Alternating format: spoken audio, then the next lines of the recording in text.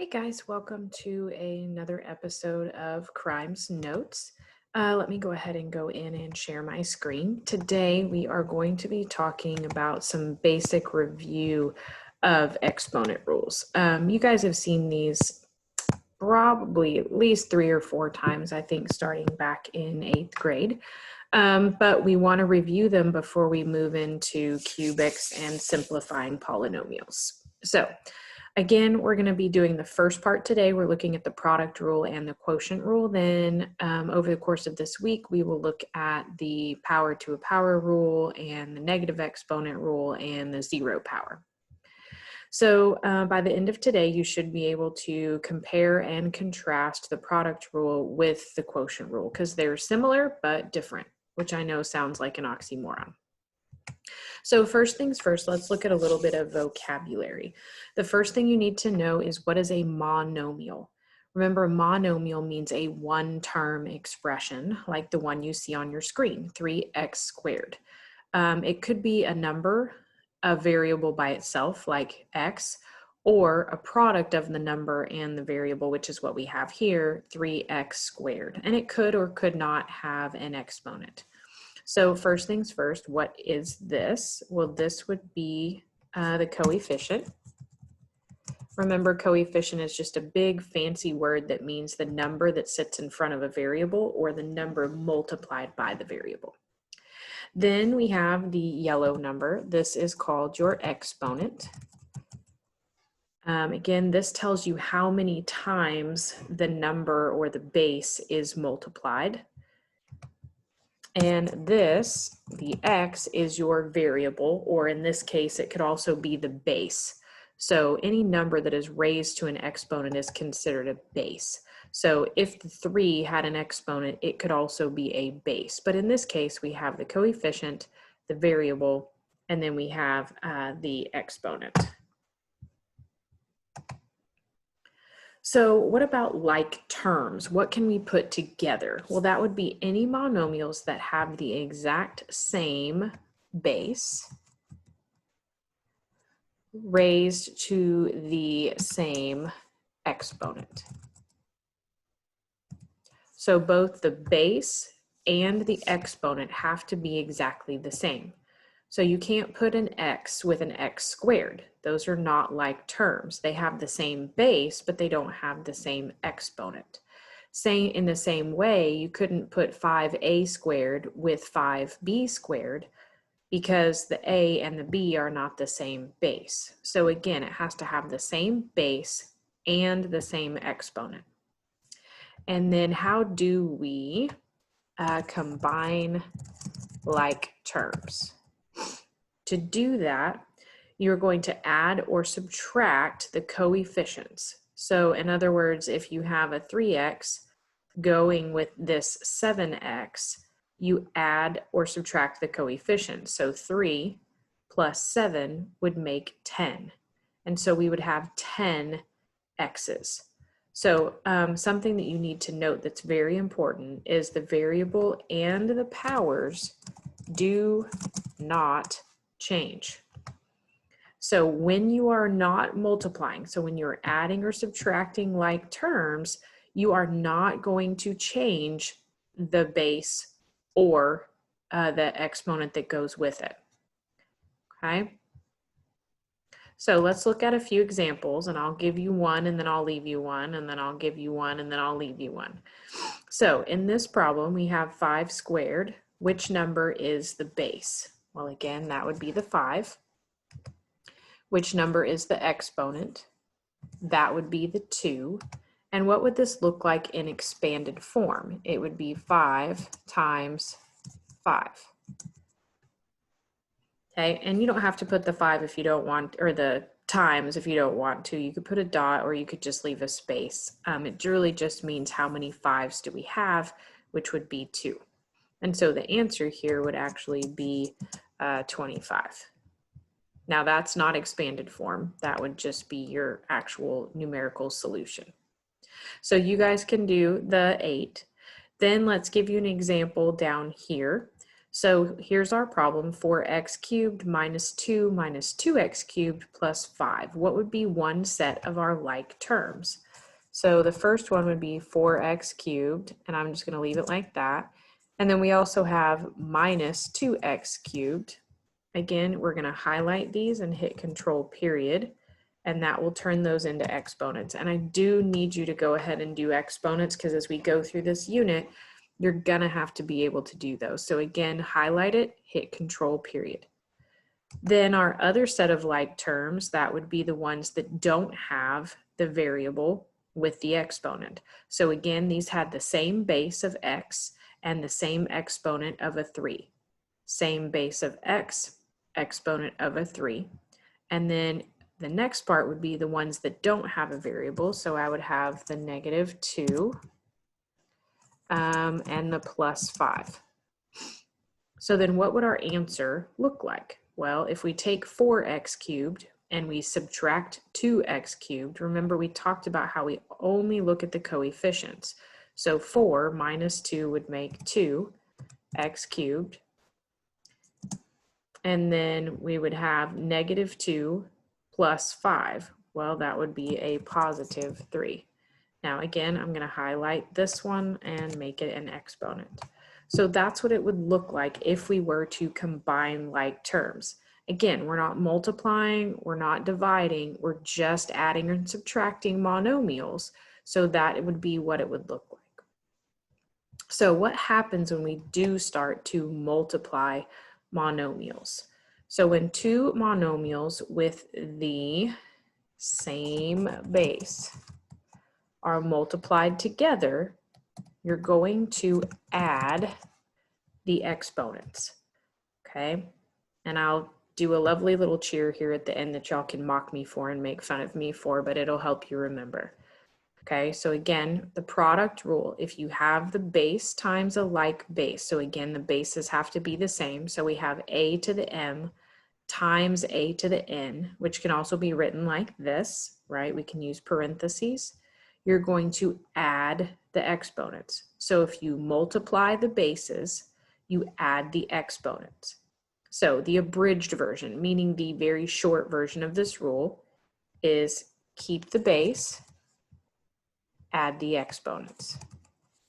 I should make that capital.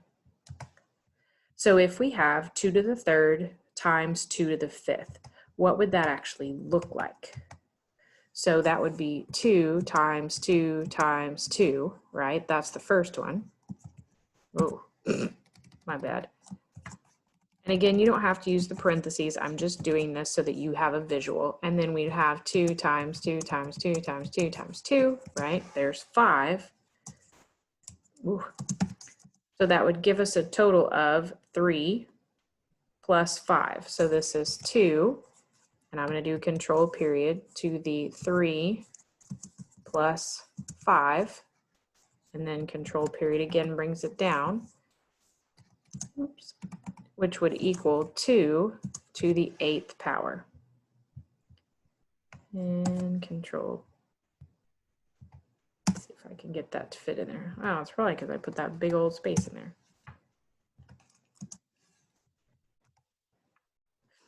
So again, this is called expanded form. Again, you don't have to use the parentheses. You could just put all of the 2's, but sometimes that helps.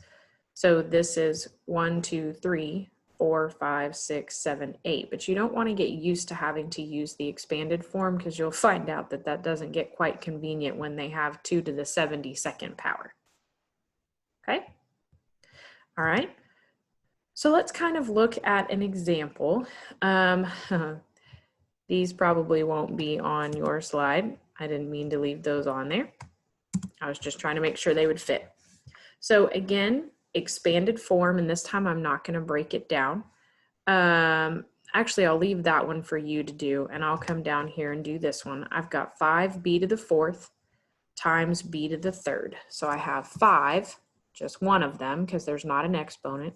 And then I have 1, 2, 3, 4 b's. And if you want to leave a space, you can. 1, 2, 3. So there's our expanded form. So in all, I have 5b to the, and you could count them, 1, 2, 3, 4, 5, 6, 7. So it'd be to the 7th power.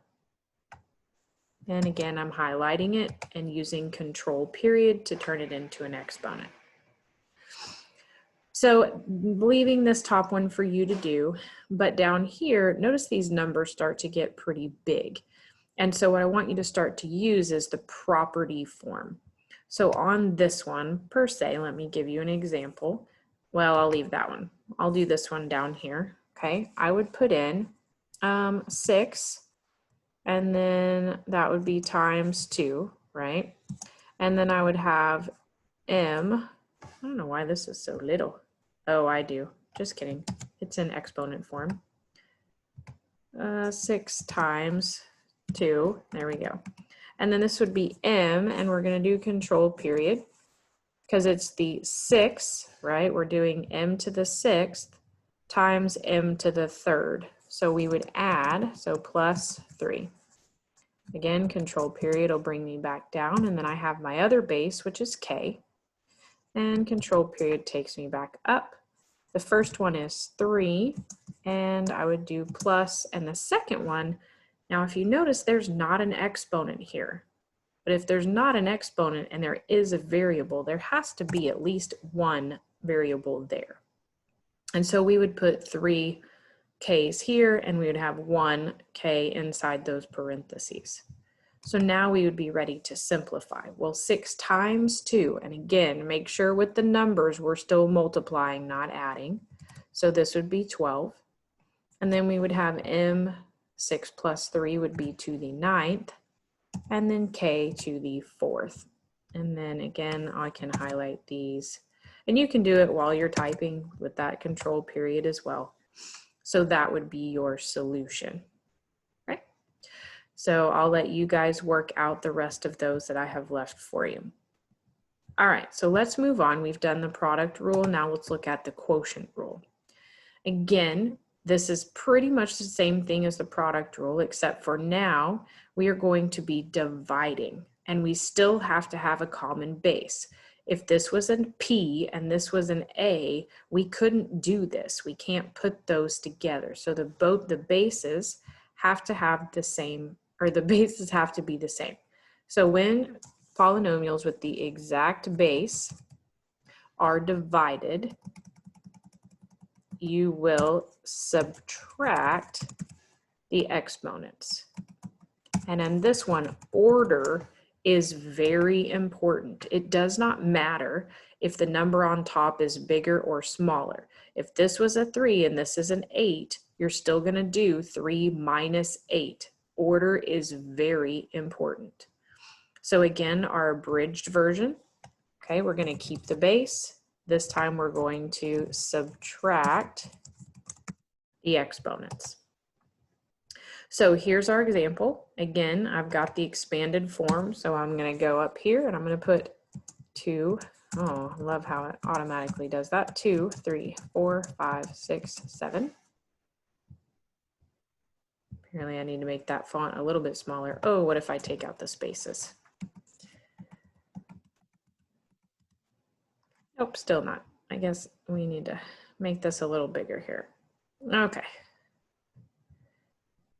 1, 2, 3, 4, 5, 6, 7. I'll make yours bigger so you're not dealing with this. And then I'm going to do 1, oops, no spaces, 2, no spaces, 3, 4, 5.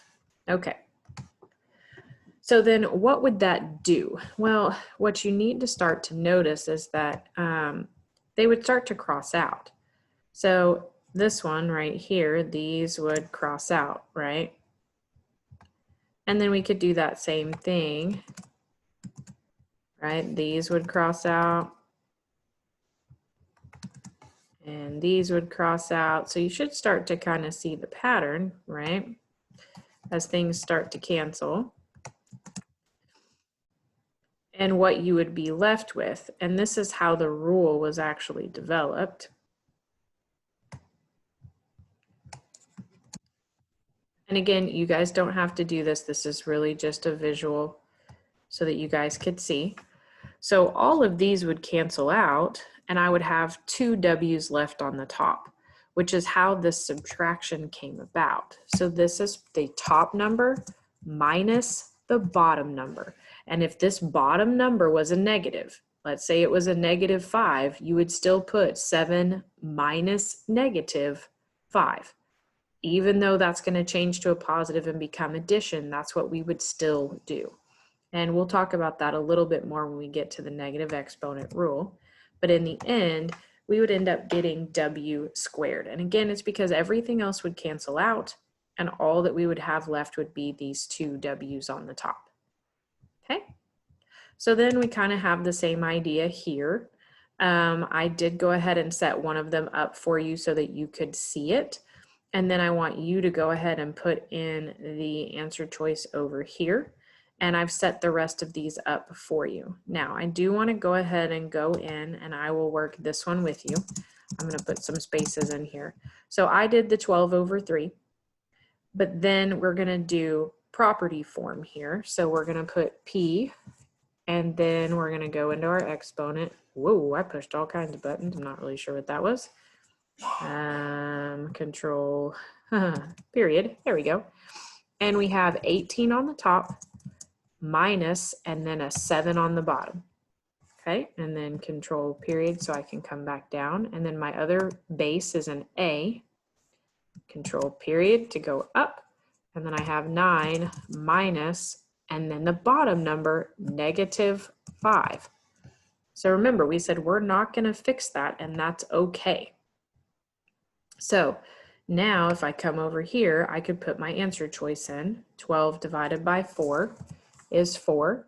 And then I would have P, and then 18 minus 7 would be 11. And then I have A, and then 9 minus -5 is actually 9 plus 5. So that would be 14. And then again, I'm going to go back, and you can do the control period whenever you want. For me, it's just easier to do it at the end. So this would be what our solution would look like. Now, be careful on this one. You will have a fraction in your answer. So let's say it was 8/7. You're just going to put 8/7, leave a space, and then go ahead and type out the rest of your solution, because I didn't want you guys to have to try to put in a fraction. Okay, so I want you guys to go in and see if you guys can fix those. Again, sorry, I just noticed this says product rule, not quotient rule, but it won't by the time you see these slides. All right. So then here at the end, I want you to start to combine everything that you have learned together. So you're going to use both the product rule and the quotient rule to solve these. Notice I put a hint. Simplify the multiplication first. It will make it easier. So start on the top, multiply first. So 2 times 2, then put your x's together and your y's together. And then once you have a monomial on the top, then you can start to do your division. So do your multiplying first, then do your division. Go ahead and do your work on a separate piece of paper, and then just place a picture of your work under each problem so that I can see what you got as solutions.